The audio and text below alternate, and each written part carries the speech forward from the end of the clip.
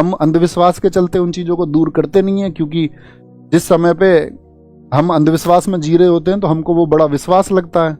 हम कभी भी सवाल नहीं करना चाहते, हम कभी भी तर्क नहीं करना चाहते। एक बच्चे ने बड़ा अच्छा तर्क किया मुझसे। उसने कहा, भैया हमको सिखाया गया ईश्वर की मर्जी के बगैर पत्ता नहीं हिलता। आप में से कितने लोग मानते हैं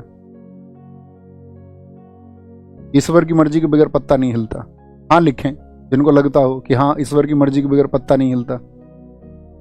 तर्क कर सकता है ना व्यक्ति, तर्क करने में क्या दिक्कत है? तो ईश्वर की मर्जी के बगैर अगर पत्ता नहीं हिलता तो इसका मतलब है सारी घटनाएं जो घटित होती वो ईश्वर की मर्जी से होती होंगी। फिर तो व्यक्ति की मनसा का तो कोई मायना ही नहीं बचा। फिर तो अगर ईश्वर की मर्जी से घटती हैं घटनाएं और आपके साथ किसी ने कुछ गलत कर दिया तो मर्जी रही होगी ईश्वर की। इसमें फिर तुम क्यों परेशान होते हो?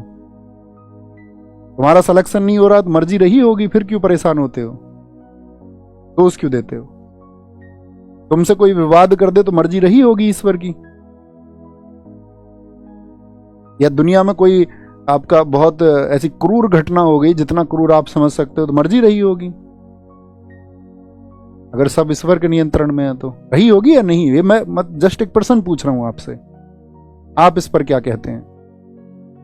तो आपके पास जो जवाब आएगा ना, अगर आप उस पर विचार करेंगे तो वो बरगलाने वाला विचार होगा और कुछ नहीं होगा। आप बस उसको साबित करने में लगे रहोगे, कोई ना कोई पक्ष लेने का प्रयास करोगे, लेकिन जमीनी हकीकत पर शून्य मिलेगा आपको।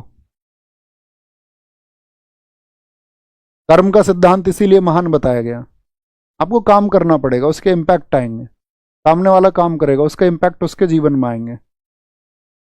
सोचना पड़ेगा आपको। अब मान के चलो कोई आतंकवादी घटना हो गई तो आप ये थोड़ी ना कह दोगे कि ईश्वर की मर्जी रही होगी। उस सिद्धांत के हिसाब से तो वो चीज गलत हो जाएगी ना। फिर ईश्वर की मर्जी से हुआ होगा। या कहीं पे कहीं बलात्कार जैसी घटना हो गई तो आप ये थोड़ी ना कह दोगे कि ईश्वर की मर्जी से हुई होगी। नहीं कह सकते ना आप। नहीं कह सकते तो इसके पीछे फिर सिद्धांत क्या है, तो आपको समझना पड़ेगा। व्यक्ति स्वयं नियंत्रित है, स्वयं नियंत्रित। अब उसको समझने में कोई अपना जीवन लगा सकता, कोई सनाब जरूरी भी नहीं समझे भी उसको। आए वापस।